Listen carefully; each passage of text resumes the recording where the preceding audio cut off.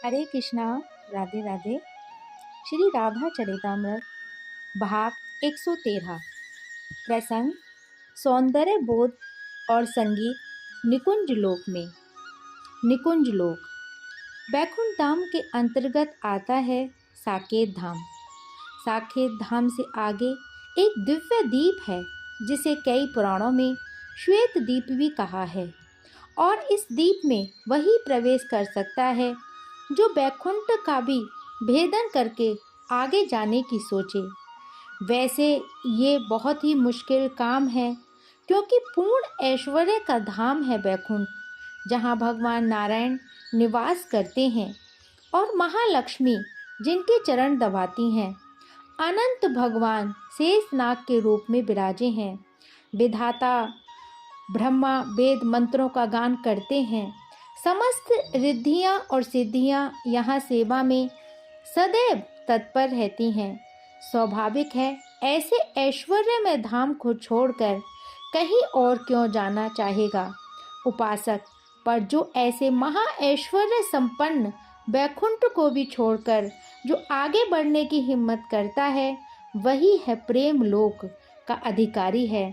बैकुंठ का भी भेदन करके जो माधुर्य और प्रेम रस का ही व्यसनी है, वो बैकुंठ में नहीं रह सकता।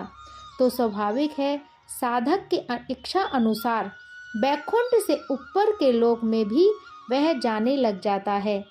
तब उसे श्वेत द्वीप दिखाई देता है। इसी द्वीप में गोलोक खंड है, आगे कुंज खंड है, उसके और आगे निकुंज खंड है आदि। निकुंज को ही नित्य वृंदावन भी कहा जाता है। कुछ बातें समझनी आवश्यक हैं। निकुंज में काल की गति नहीं है। काल यानी समय अचल है। निकुंज की सहज संपत्ति है सौंदर्य और संगीत। ये बात समझनी बहुत आवश्यक है। इस निकुंज में सदा सर्वदा रागनियाँ ही गूंजती रहती हैं, और ये रागनियाँ स्वयं नहीं गूंजती, सखियों के भाव अनुसार। और हाँ, एक विचित्र बात और बता दूं, सखियों का अपना कोई मन नहीं है। यहाँ मात्र आह्लादनी और उनके सनातन प्रियतम श्याम सुंदर, इन्हीं की इच्छा से सब कुछ संचालित है। यानी श्री राधा और श्याम सुंदर के भाव ही सखियों के भाव हैं, और सखियों के जो भाव हैं, वही भाव यहाँ के पक्षियों के भी हैं, वृक्ष के भी हैं, ऋतुओं के भी हैं। यानी एक ही भाव से संपूर्ण निकुंज भावित रहता है। ये अद्भुत बात है। निकुंज उपासना एक दिव्य उपासना है और अत्यंत प्राचीन उपासना है। इसकी कुछ खास बातें मैं आपको बता दूं। इस निकुंज उपासना में सौंदर्य और संगीत का बड़ा ही सुंदर प्रयोग किया गया है। प्रेम साधना आपको प्रथम सौंदर्य बोध प्राप्त करने के लिए कहती है।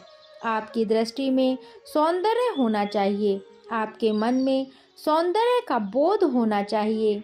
जैसे प्रेम में डूबे हुए किसी प्रेमी को आपने देखा है, उसे सर्वत्र सौंदर्य ही दिखाई देता है। चंदा मुस्कुरा रहा है, कलियां मुस्कुराई, फूलों ने कुछ कहा। क्या ऐसी मन स्थिति प्रेम में नहीं होती? जब प्रेम देवता जाग जाता है, तब उसमें स्वाभाविक सौंदर्य बोध प्रकट हो जाता है।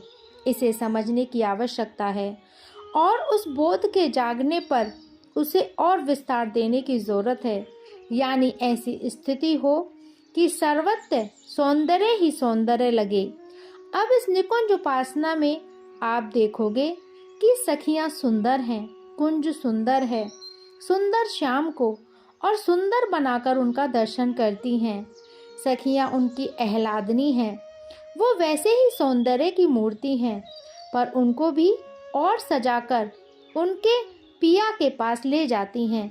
सजे धजे सब हैं इस निकुंज में, सब सुंदरता की सीमा है, हद है ना विचित्र उपासना ये निकुंज की।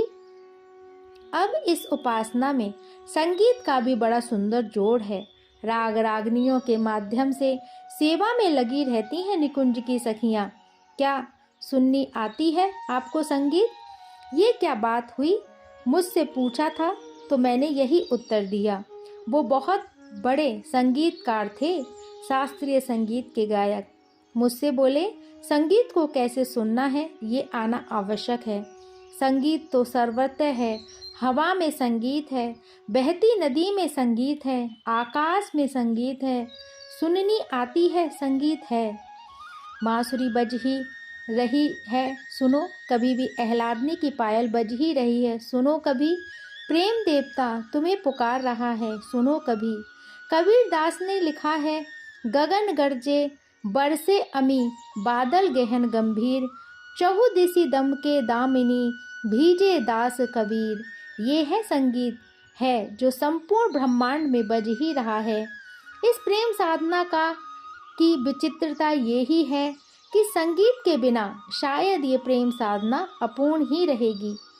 अब संगीत का अर्थ ये नहीं है कि हमें हारमोनियम नहीं आता, हमें सितार नहीं आता, हमें ख्याल नहीं आता, छोटा बड़ा कुछ नहीं आता, ध्रुपद धमार नहीं आता। कोई बात नहीं, नहीं नहीं आता तो मत आने दो। यहाँ जिस संगीत की बात हो रही है वो स्वयं में उठने वाला संगीत है। जब प्रेम में कोई डूबा होता है तो वह गुनगुनाता है, गाता है, भले ही उसे ना आए। तो इस निकुंज उपासना में संगीत का बड़ा महत्व है। आप लोगों ने सुना होगा, हवेली संगीत के माध्यम से युगल सरकार को उठाया जाता है, भोग लगाया जाता है, फिर स्नान कराया जाता है, फिर श्रृंगार, फिर आरती, फिर राजभोग, फिर शयन, और हाँ, इन सब के सुंदर सुंदर पद हैं, उनको गाया जाता है, प्रेम से गाया जाता है। गायन से ही उस परम पद निकुंज की प्राप्ति कितनों ने कर ली। ऐसे हम वृंदावनीय लोगों के सामने कतिपय उदाहरण हैं। अस्तु साधकों, आप लोग समझ रहे हो ना इस प्रेम साधना के रहस्यों को। साधकों, ये दिव्य और अद्भुत साधना का मार्ग है। अर्जुन इसी निकुंज में आए हैं सखी बनकर। युगल सरकार की जय, लाडली लाल की जय। दोनों युगल वर को लेकर अष्ट सखियां चल पड़ीं स्नान कुंज में। वहां स्नान होगा दोनों का। ललता और विशाखा छत्र लेकर चल रही हैं। चंवर लिया है रंग देवी सुदेवी ने। बाकी सखियां पीछे पीछे सुंदर गीत गाती हुई चल रही हैं। अभी भी उन्हीं दी हैं इन्हीं की आंखें। सखी देख तो, नींद अभी भी इन दोनों युगलों की पूरी नहीं हुई है। ये कहते हुए मुस्कुराती हैं सखियां। अर्जुन देख रहे हैं और चकित हैं। चारों ओर सुंदरता ही बिखरी पड़ी है। संगीत बीच बीच में बज उठते हैं। बीड़ा, बांसुरी, मृदंग, झांझ और बड़ी मादक ध्वनि है। इनकी कुंजों की शोभा देखते ही बनती है। हाँ, अब जो छोटे छोटे सरोवर थे उनमें कमल खेल उठे थे, पर सूर्योदय होने में भी अभी समय है। अर्जुन सोच रहे हैं, यहाँ के कमल सूर्योदय से नहीं खिलते। यहाँ के कमल तो श्री राधा रानी के मुख चंद्र को देखकर खेल उठते हैं। सखी ने उत्तर दिया था, निकुंज के वृक्ष भी कल्प वृक्ष ही हैं। यहाँ की लताएं चिंतामणि के समान हैं। अर्जुन विचार करते हैं, पर स्वर्ग के कल्प वृक्ष को मैंने देखा है। मैं भी क्या क्या कहता हूँ, कहाँ स्वर्ग का कल्प वृक्ष और कहाँ ये दिव्य निकुंज का वृक्ष, कोई तुलना ही नहीं है। स्नान कुंज में आए दो। एक कुंज है, उसका नाम सखियों ने रखा है स्नान कुंज। बड़ा है कुंज, भीतर सुंदर सुंदर चित्रावली की गई है। दो होंद हैं, उसमें जल भरा है, स्वच्छ और निर्मल जल। हाँ, एक होंद में गर्म जल है, दूसरे में शीतल जल है। इत्र डाल देती हैं उस जल में। ललता सखी, जल सुगंधित हो उठा। उस कुंज के मध्य में एक झीना सा पर्दा डाला गया है ताकि ये दोनों एक दूसरे को न देख सकें। सखियां हंसीं, जोर से तालियां बजाकर हंसीं। अर्जुन का ध्यान कहीं और था। जब तालियां बजीं और सखियां हंसीं, तब अर्जुन को लगा क्या हुआ। सखी ने समझाया, इन दोनों को स्नान कराने के लिए हल्का पर्दा जो किया है, बस इतने में ही ये श्याम सुंदर बेचैन हो उठे। पर क्यों? अर्जुन ने पूछा। आह्लादनी से एक क्षण का वियोग भी कल्पों के समान विरह का दुख दे जाता है। हमारे श्याम सुंदर को ये दोनों मिले हैं, युगों युगों से मिले हैं, पर इन्हें लगता है अभी तो अच्छे से देखा भी नहीं है। अर्जुन आनंदित हो उठे थे। निकुंज की इन लीलाओं का दर्शन करते हुए, ओहो नीला रंग है श्याम सुंदर के देह का, वस्त्र उतार दिए हैं सखियों ने श्याम सुंदर के। श्याम सुंदर की सखियां हैं विशाखा, सुदेवी, चित्रा, इंदुलेखा, इनकी भी सखियां हैं, उपटन लगा देती हैं।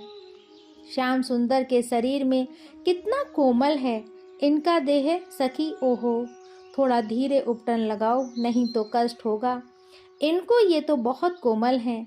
सखी जल्दी करना, कितनी देर हो गई है, अपनी प्रिया को मैंने देखा भी नहीं है। ओहो श्याम सुंदर की मधुर वाणी। और हाँ, इतना कहकर पर्दा हटाने लगे श्याम सुंदर, तो सखियों ने मना कर दिया। इधर श्री राधिका जी, इनकी सखियां हैं रंग देवी, ललता, तुंग विद्या, हरिप्रिया, इनकी भी अपनी अपनी सखियां हैं। गौरवर्णी है श्री राधा, पर ऐसा गौरवर्ण जैसा स्वर्ण को तपाया गया हो। सुंदर घुंघराले केस, सखियों ने उन केसों को खोल दिया है, उपटन शरीर में लगाने लगी हैं। केसों में सुगंधित खली लगाई, केसर और चंदन प्रिया जी के मुख पर लगाया है और हल्के कोमल करों से मलते हुए जल प्रक्षालन के द्वारा इसे धोया। पहले शीतल जल के द्वारा उपटन छुड़ाया, फिर गर्म जल द्वारा स्नान कराया।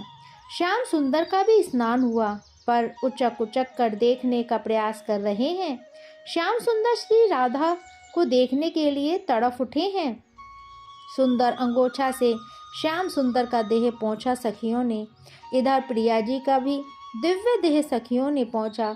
इत्र फुलेल देह पर लगा दिए सखियों ने, सुंदर घुंघराले केसों को फैला दिया। ओहो क्या शोभा बन गई है श्याम सुंदर की।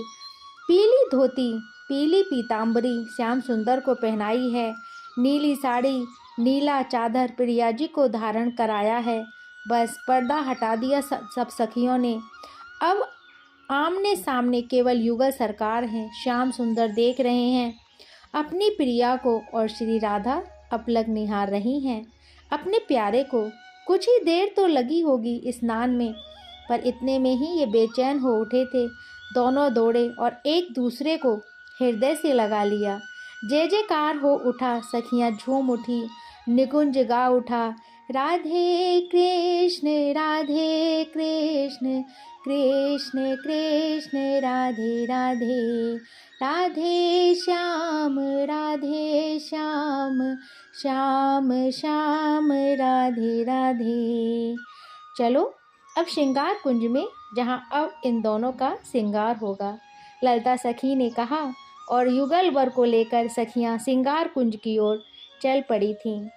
अब इससे आगे का कल हम श्रवण करेंगे। जब तक के लिए हरे कृष्णा, राधे राधे।